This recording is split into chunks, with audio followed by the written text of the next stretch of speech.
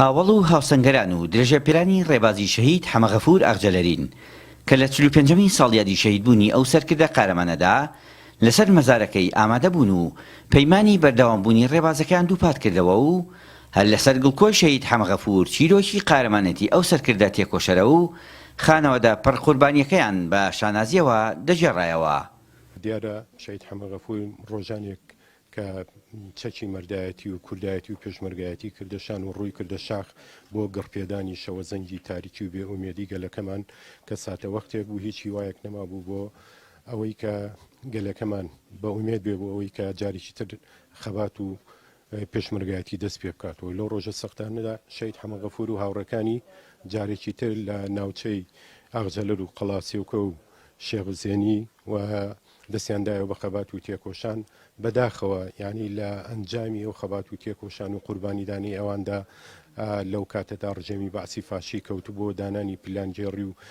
پیلان بۆ شەهیدکردنی قارەمانەکان و تێکۆشەرەکانی ڕێبازی جەنابی ئیمام جەلال و یەکێتی نیشتیمانی کوردستان. دیارە ئەو سەردەمەی کە حەمەغەفور شەهید بوو سەردەمێک بوو کە سەردەمێکی زۆر خەتەرناک و وانە بوو ڕژێمی بەعس هەچی کون و کەلەبەری ئەم کوردستانە هەیە هەمووی تەنی بوو بە جاش و ئەمن و استیخبارات و مخابرات و هەموو لوتکەیەکی سەر شاخەکانی کوردستان ڕەبایەکی تیا بوو.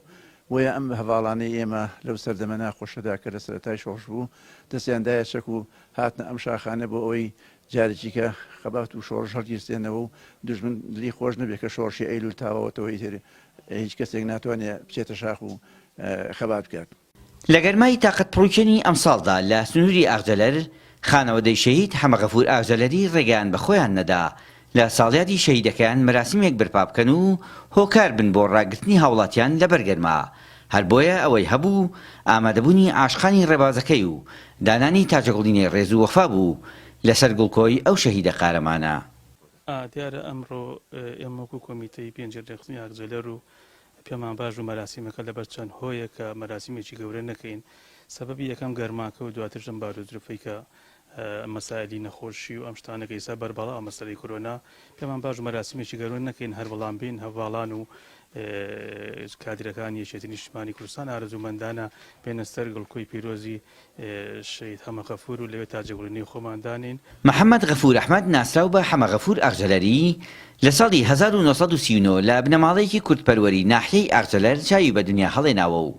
لە ساڵی 1960 پەیوەندی بە ڕیزەکانی ئەو کاتی پێشمەرگەی کوردستانەوە کردووە و لە شۆڕشی نوێی گەلی کورد بە ڕێبەرایەتی هەڤاڵ مام جەلال ڕۆڵی بەرچاوی لەو شۆڕشەدا گێڕاوە. دوای ئەوەی لە ساڵی 1970 سەرجەم خانەوە دەودایک و باوکی ئەو شەهیدە ڕاپێچی زیندانەکانی خوار و عێراق کران لە ڕێگەی چەند خۆفرۆشێکەوە. حەمەغەفور و 6 هاوسەنگەری لە گوندی کانیبی شەهید دەکرێن و بۆ هەمیشە ماڵاوایی لەگەل و نیشتیمان دەکەن.